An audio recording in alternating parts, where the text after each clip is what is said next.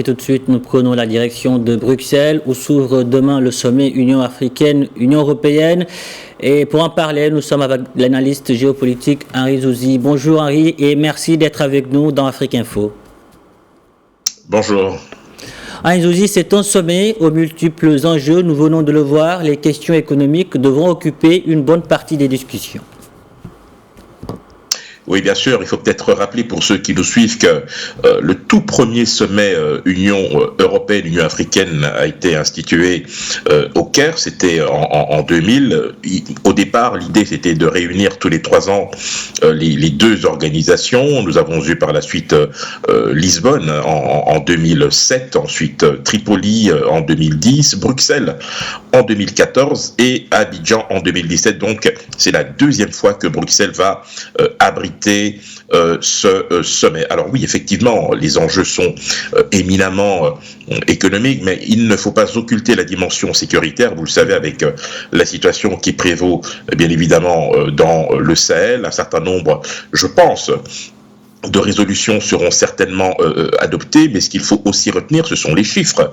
Il faut quand même que nous puissions en parler. L'Union européenne et l'Union africaine, c'est d'abord 65 milliards d'euros d'aide publique au développement, c'est 225 millions d'euros par an d'échanges commerciaux, mais cela fait quand même 20 ans qu'on entend toujours les mêmes discours.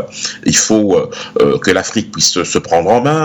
L'Europe essaie de développer un certain nombre d'outils ou de mécanismes lui permettant de rendre beaucoup plus efficace son partenariat avec l'Afrique, puisque c'est l'objectif premier en fait de ces rencontres, c'est de pouvoir consolider, j'allais dire, les relations entre les deux continents. Cela étant, il y aura 7 tables rondes thématiques qui, durant la durée de ce sommet, qui commence donc demain et se terminera vendredi, seront donc adoptées. Nous aurons bien évidemment une table ronde sur la sécurité et la gouvernance. C'est un grand classique dans ce type de rencontre. On aura également une table ronde dédiée à la production des vaccins et des systèmes de santé. Vous savez que c'est l'une des pierres d'achoppement, l'un des points de friction entre l'Union européenne et l'Union africaine à l'heure actuelle. La question des brevets, nul doute qu'elle sera abordée. On aura également le financement de la croissance. Vous le savez, la présidente de la Commission a séjourné récemment à Dakar et elle a annoncé 150 milliards d'euros sur une assez longue période dans le cadre du fameux Global Gateway. On aura évidemment une table ronde dédiée au soutien au secteur privé et puis on aura aussi l'éducation, la transition énergétique et bien évidemment le développement durable.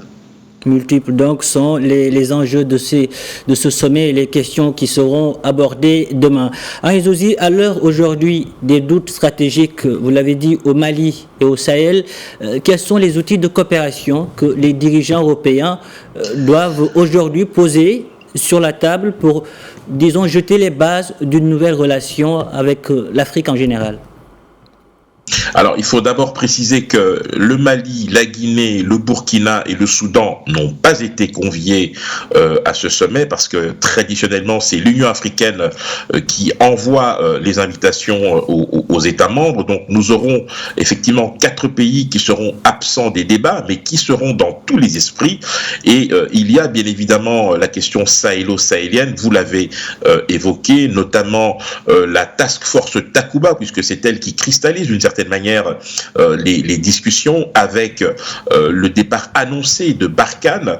Cela devra faire l'objet d'une déclaration. On verra bien évidemment ce qui sortira de la réunion qui se tient actuellement à Paris, puisqu'il y aura certainement, j'allais dire, des conséquences, mais il ne faut pas se leurrer.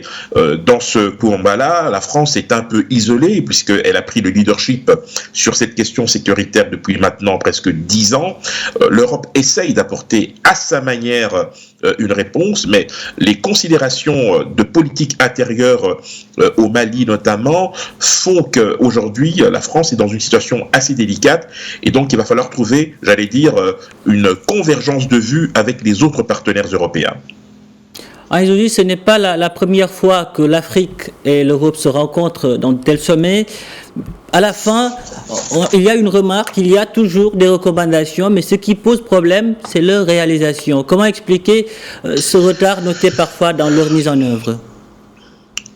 Écoutez, il est de tradition que dans ce genre de grande messe, on affiche ses bonnes intentions et on met au point un certain nombre de mécanismes, des plans pour pouvoir accompagner ces décisions.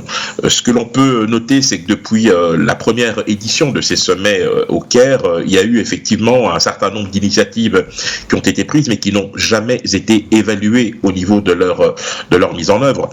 Par exemple, depuis 2 ans, ce que l'on sait, en tout cas depuis 2 ans, c'est que il y a au niveau de l'Union européenne un éventail d'outils qui ont été développés pour pouvoir améliorer justement ces relations. Il y a eu notamment cette fameuse note stratégique intitulée vers une stratégie globale avec l'Afrique, qui ensuite a été suivi par l'annonce du Global Gateway, je l'ai évoqué tout à l'heure, puisque Ursula von der Leyen a séjourné à Dakar pour annoncer effectivement ce plan qui va alimenter les projets d'infrastructure en Afrique d'ici 2027. Mais vous avez aussi la stratégie commerciale de l'Union européenne, vous avez la nouvelle boussole stratégique, bref, autant d'outils qui mériterait d'être rassemblés au sein d'une seule et même initiative. C'est un peu le sens de ce qui a été élaboré l'an dernier, puisque c'était en juin 2021, à travers un instrument appelé l'instrument de voisinage, de coopération au développement et de coopération